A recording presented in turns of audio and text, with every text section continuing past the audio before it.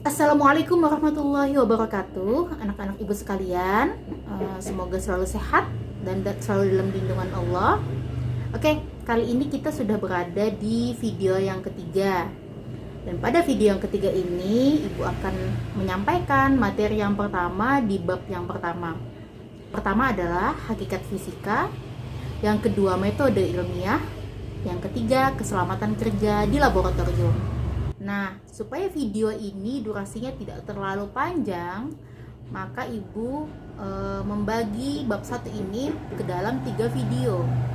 Dan pada video yang ketiga ini, ibu akan menyampaikan subbab yang pertama, yaitu tentang hakikat fisika. Oke, fisika apa sih? Jadi fisika adalah cabang ilmu IPA yang mempelajari gejala-gejala benda yang tidak hidup atau materi dalam lingkup ruang dan waktu. Fisika ini juga merupakan cabang dari IPA, ilmu pengetahuan alam.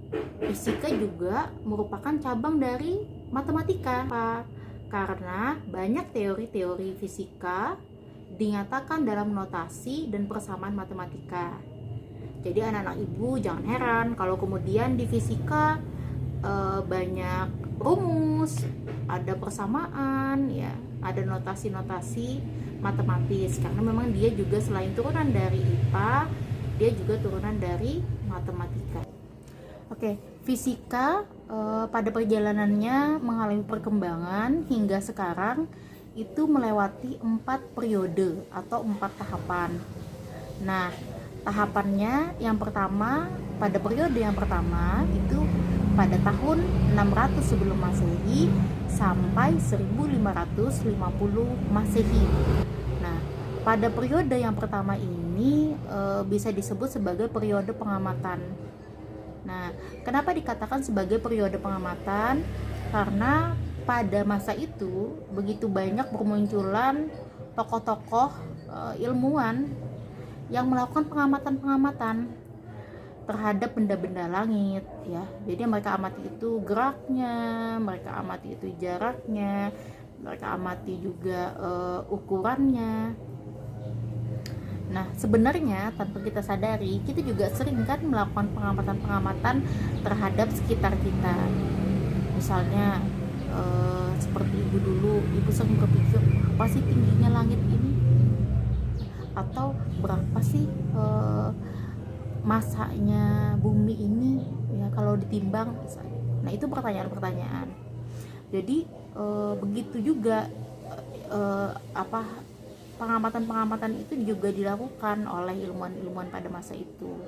Nah, siapa saja ilmuwan-ilmuwan yang lahir hidup, ya, pada periode yang pertama ini, ya, diantaranya tokoh-tokohnya itu adalah ada Aristoteles, kemudian Demokritus, Archimedes, dan juga Kopernikus. Sebenarnya masih banyak lagi, tapi itu adalah beberapa di antaranya. Nah, dan juga yang harus menjadi catatan penting adalah sekitar tahun 530 sampai 1450 Masehi, ya, Eropa itu mengalami kemunduran, sangat mundur.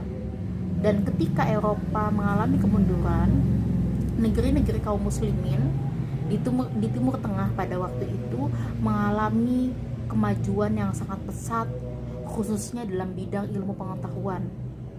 Dan pada masa itu bermunculanlah tokoh-tokoh ilmuwan muslim yang juga mereka memberikan sumbangsih terhadap ilmu pengetahuan, khususnya dalam bidang fisika.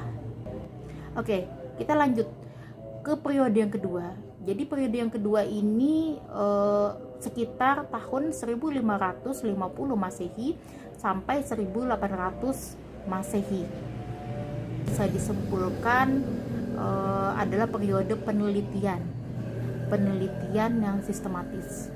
Jadi setelah sebelumnya para ilmuwan itu melakukan pengamatan, ya, pengamatan terhadap alam sekitar. Nah, pada periode yang kedua ini ilmuwan yang lahir pada masa itu melanjutkan pengamatan-pengamatan tadi dengan melakukan penelitian-penelitian yang sifatnya sistematis. Tokoh-tokoh yang fenomenal di periode yang kedua ini ada Galileo Galilei, yang beliau juga merupakan bapak yang merumuskan metode penulisan ilmiah, ya, metode penelitian ilmiah. Kemudian juga yang fenomenal di periode yang kedua ada Isaac Newton. Oke, kemudian pada periode yang ketiga ini terjadi pada tahun 1800 Masehi sampai 1890 Masehi. Nah, pada periode ini, setelah sebelumnya dilakukan penelitian-penelitian yang sistematis, maka hasil daripada penelitian itu melahirkan konsep-konsep fisika, khususnya pada fisika klasik.